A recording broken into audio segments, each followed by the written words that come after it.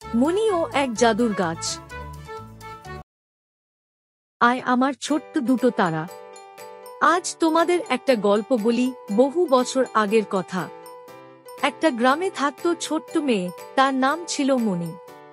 খুব শান্ত স্বভাব, খুব ধৈর্যশীল, আর তার চোখে ছিল কেমন যেন এক মায়া।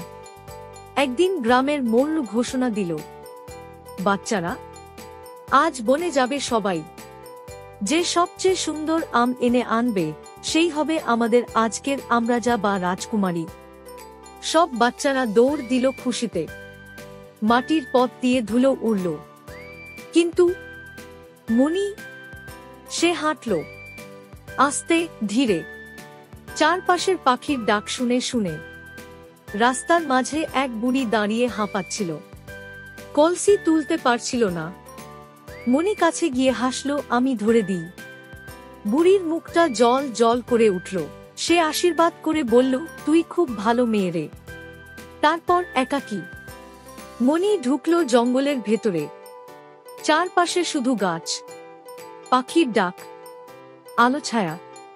আর তখন তার চোখে পড়ল একটা বিশাল প্রাচীন আম গাছ। গাছটা যেন ফিসফিস করে কিছু বলছে। পাতাগুলো নড়ছে হাওয়ায়, শিকড়গুলো মাটিতে গল্প লিখছে।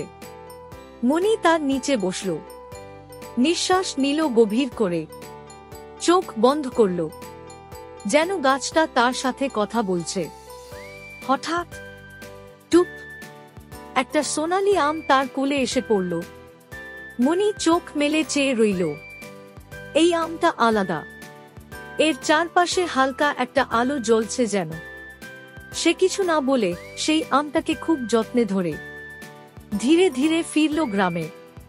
সবার ঝুড়িতে অনেক বড় বড় আম, সবাই হাসছে, দেখাচ্ছে। আর মণি চুপচাপ এসে দাঁড়ালো একটা মাত্র আম হাতে। গ্রামের মোড়ল প্রথমে তাকিয়ে থাকলেন, তারপর আমটায় এক কামড়। তার চোখ জলজল করে উঠল, মুখে হাসি। তিনি বললেন, এটা কোনো সাধারণ আম না, এটা হৃদয়ের উপহার। সব বাচ্চারা চুপ। তারপর হাততালি।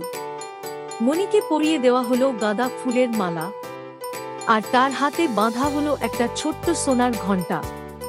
সবাই বলল, আজ থেকে তুই আমাদের আমরাজকুমারী। আর দিদা তোদের দিকে তাকিয়ে হেসে বলল, এই জন্যই তো বলে বাবা, ধীরে চলো, মন দিয়ে চলো, তবেই না সবার আগে পৌঁছানো যায়। ধীরে চলো, জিতবে নিশ্চিত।